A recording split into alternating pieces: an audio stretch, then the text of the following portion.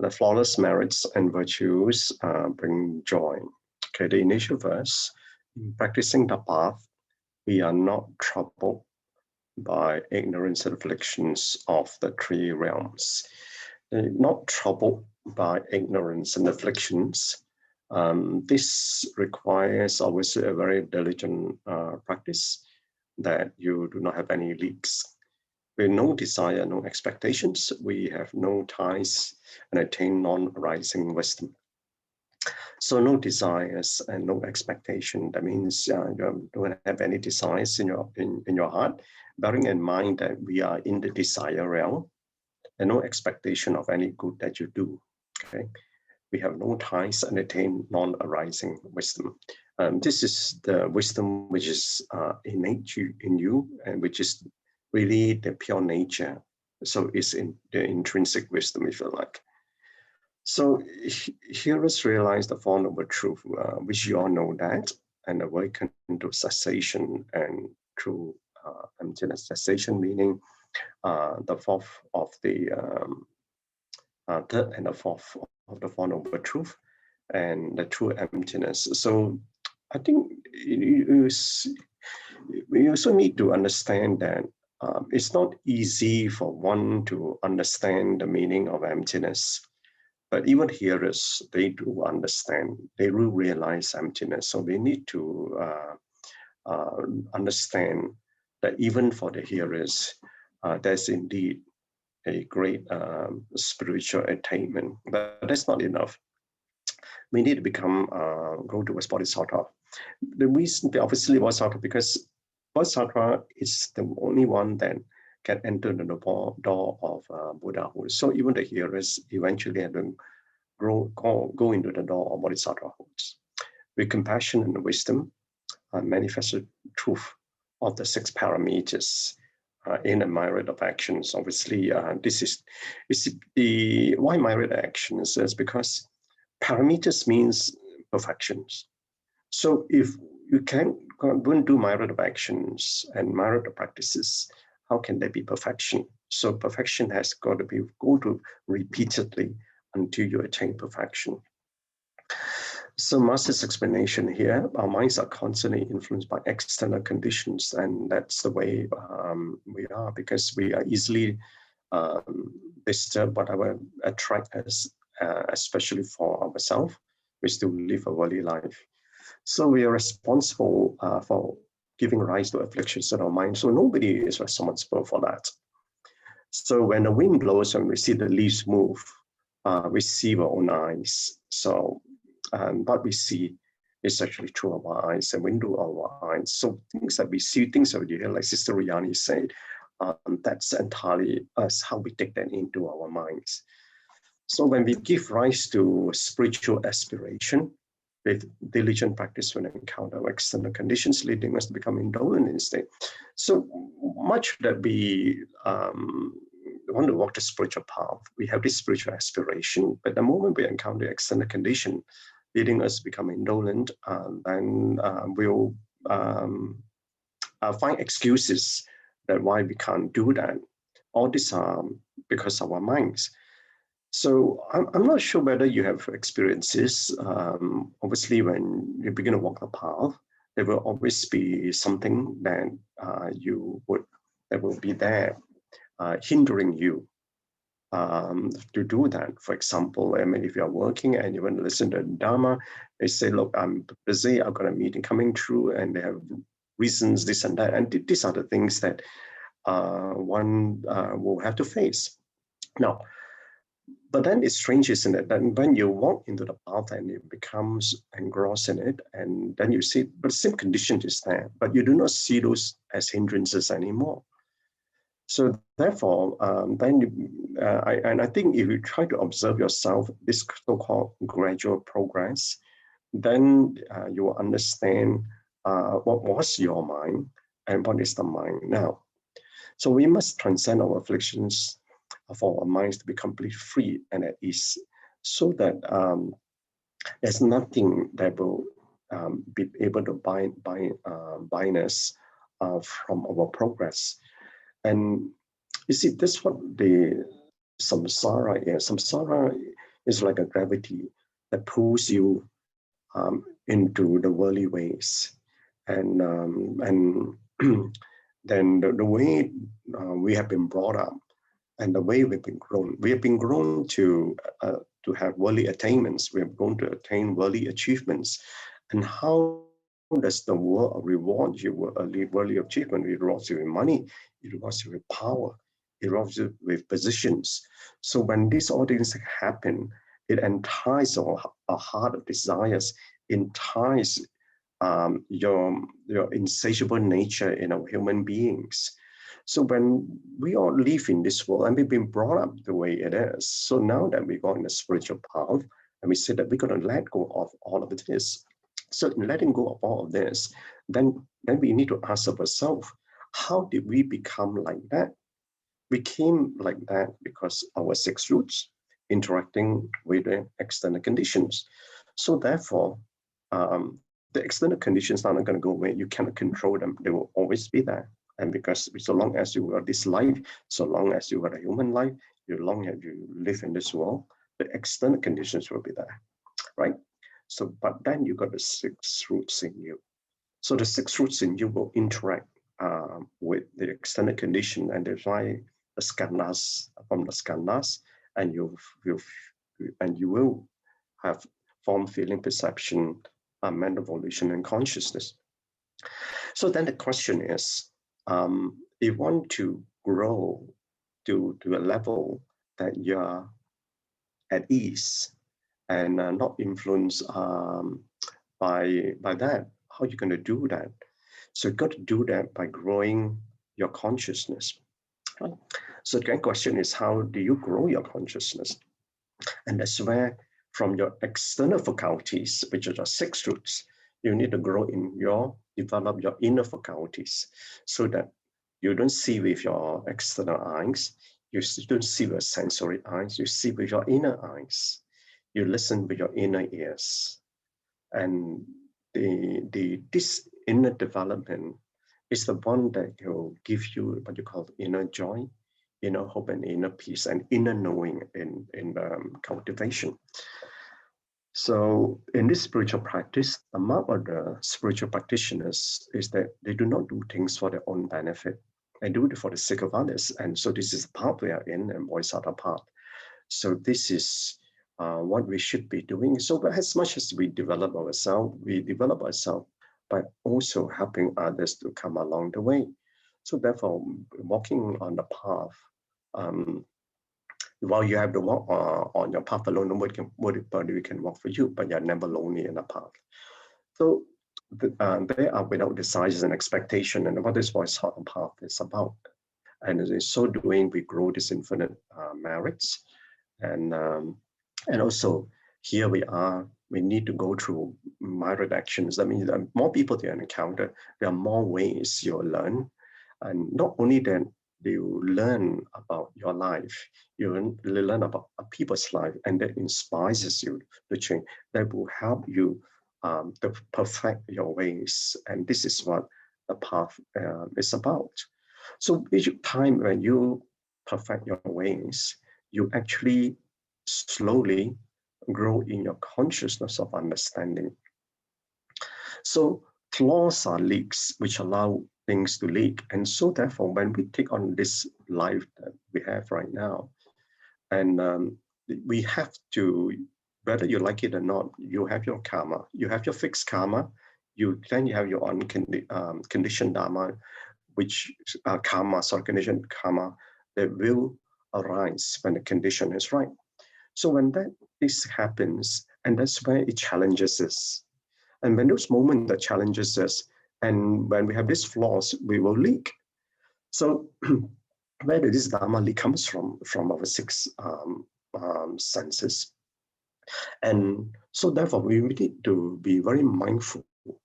And that's why we need to grow in consciousness, because when you grow in your consciousness, whilst your external faculties see the things as they are, that it's through your inner cultivation, it's through your inner being of your inner faculties that you're able then be aware what is going on, and that will help you to attain the flawless studies. You keep your precepts. It's easy for us to say, keep your precepts, be in samadhi, therefore have wisdom. And it's only 3 words.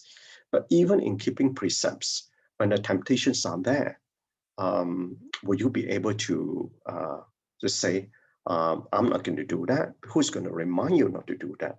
Because nobody's going to remind you except yourself. And this is where that higher consciousness is able to tell you, don't do that.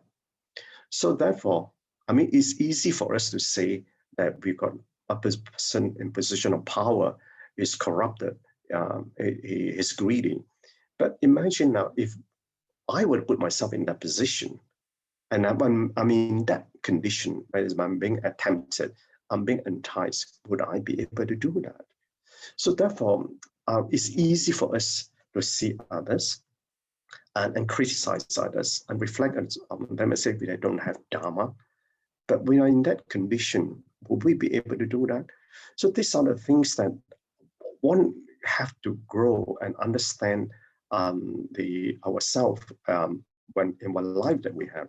So in the life that we have, we will meet all these challenges, and the higher level that you progress, the more tempting the maras will come through to dislodge you from your path. So therefore, we need to be very deep-rooted in the practice. So we accept the life that we have. So the only way you can deep-root that is to grow in this your own self-awareness. So, and this flawless studies of precepts, samadhi, and wisdom to avoid the leaks. So therefore, when we undertake the precepts, that precept will be done in such a way that when you grow in your consciousness, it becomes in part your nature. So samadhi becomes your nature as well. And this is where we want to grow towards. Obviously, it takes lifetimes to perfect that. So in upholding all these flawless studies, allow us to attain the roots, the powers, and the factors of enlightenment and the Eightfold Path. So in so doing all these things, and we have that consciousness to be in our practice, and we, along with this 37 factors of enlightenment, we've got a fourfold mindfulness, and Master explained the fourfold mindfulness. The body is impure, feelings are suffering, mind is impermanent, and the phenomena is without self. So even the fourfold mindfulness itself is not easy to practice. Then you've got the 4 right efforts. So when we apply the 4 right efforts, if we can apply it properly, it doesn't matter. Then we will prevent the arising of any unwholesome thoughts. Any unwholesome thought has a reason, you abandon it. Any unwholesome thought which has not a reason, you prevent it. So any wholesome thoughts that have not a reason, you arouse it to arise. And whatever wholesome thoughts that have a reason, you maintain that. So you imagine now we have this fourfold mindfulness, you've got a 4 right efforts, then you've got 4 bases of fulfilling powers of aspiration, effort, thought, and investigative wisdom that you will put forward to yourself. Yes, I have all these vows that I need to fulfill. So I have these vows to fulfill. Let me do that with this aspiration that I have, that I put in these efforts to fulfill this aspiration, and so that I have the right thoughts to do that. And in so doing, I will have the investigative wisdom to walk the path. Then, of course, 5 spiritual rules, and along with it, the 5 spiritual powers of your faith, your effort, your mindfulness, your concentration, and wisdom. So along these 5 spiritual roots and 5 spiritual powers that you have, you can, yes, I'll go and then I will take on a dedicated practice, which I walk steadfastly. Then the 7 factors of enlightenment, which you have your mindfulness or investigation, your effort, your joy, your pliancy, your concentration, and equanimity in these 7 factors of enlightenment, and your Noble Eightfold Path, which is the right understanding, right thought, right speech, right action, right livelihood, right efforts, mindfulness, and right concentration. So all these things add up to the 7 factors of enlightenment. And And this 7 factors of enlightenment, they're common to all the 3 vehicles. So even the hearers, they practice this. So we need, therefore, we need to understand this path that we walk in is indeed a great path, but there's a lot of effort that we have to put in.